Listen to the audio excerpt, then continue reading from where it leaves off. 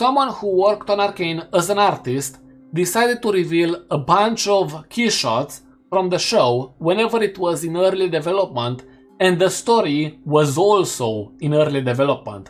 As you can see right here, this is the artist, and you will be able to find all the relevant links in the description down below if you want to check them out yourself. In the first keyshot, we get to see Viktor and Jayce fighting each other during the final battle, and as you remember from the show, it is actually Echo who breaks Viktor's helmet with the Z-Drive by throwing it, but in this instance, in this version of the story, it is Jayce who does it. Something I really like about Jayce's character arc is the fact that he went from being scared to do what needed to be done in the Undercity to doing what needed to be done in order to save the future.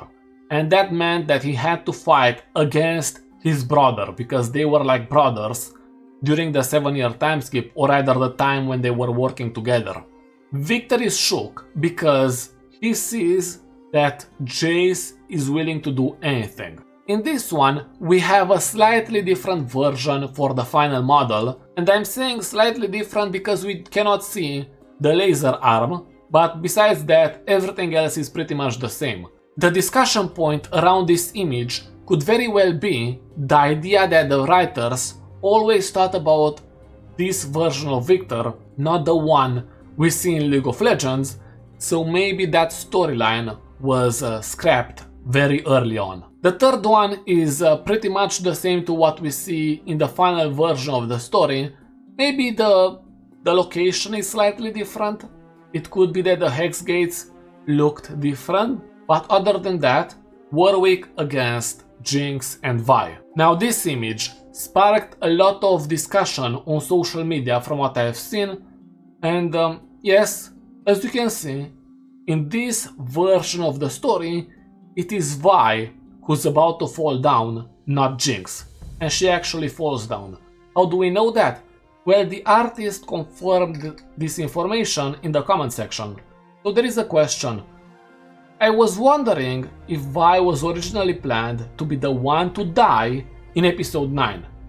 And the answer is, yep, that was the initial idea.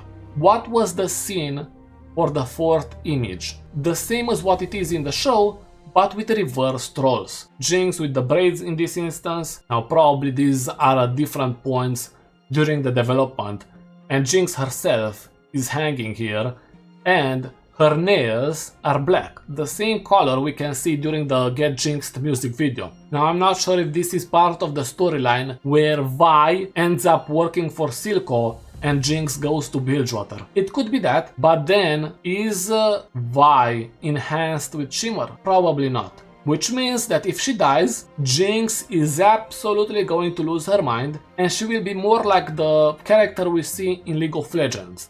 99% insane, 1% sane. The second set of keyshots, we have Caitlyn trying to snipe Ambessa or preparing to snipe her during the final battle most likely. She uses a different sniper. This one is much more similar to the first model, not the one used in the final battle.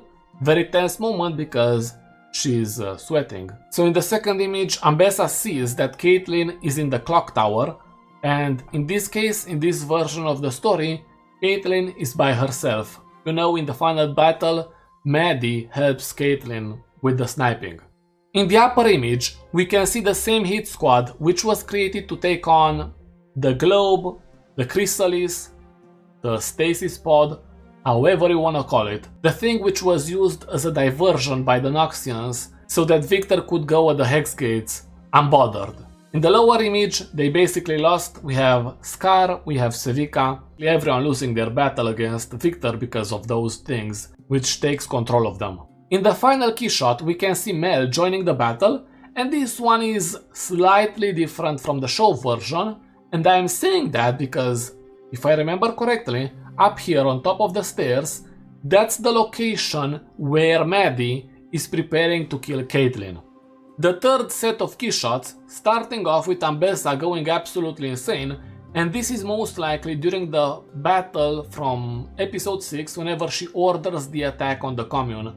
After reading or rather listening to the Ambessa book, which by the way is narrated by Ellen Thomas, the one who voices Ambessa in the show, I realized that Ambessa weeping to Rictus's death makes a lot of sense. They were very close to each other. Rictus was always there for her, providing counsel, helping her. I would recommend you to read the book or listen to it. In the lower side of the keyshot, we can see Mel in what is most likely the moment when she's leaving Piltover after becoming the leader of the Medarda family, because, well, Ambessa is dead at this point. Another keyshot of episode 6, where Viktor is trying to cure Vander, and in this case, Warwick is being held by massive chains. This one is crazy. Jayce beating Viktor to death or punching Viktor to death, and we also have the artist posting the video which was used as a reference, or rather the fight which was used as a reference.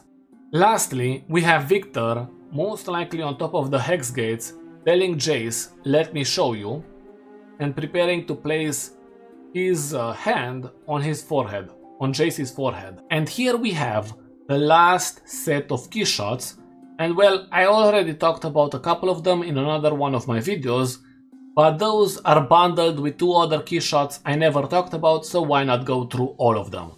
In the first one, in the upper side of the keyshot, we can see Jinx analyzing a Hextech gem, while also picturing Isha, Clagger, Vander, and Milo. Why not Silco? Well, he's in the lower side of the keyshot, maybe telling something to Jinx, while Isha is playing with her braids.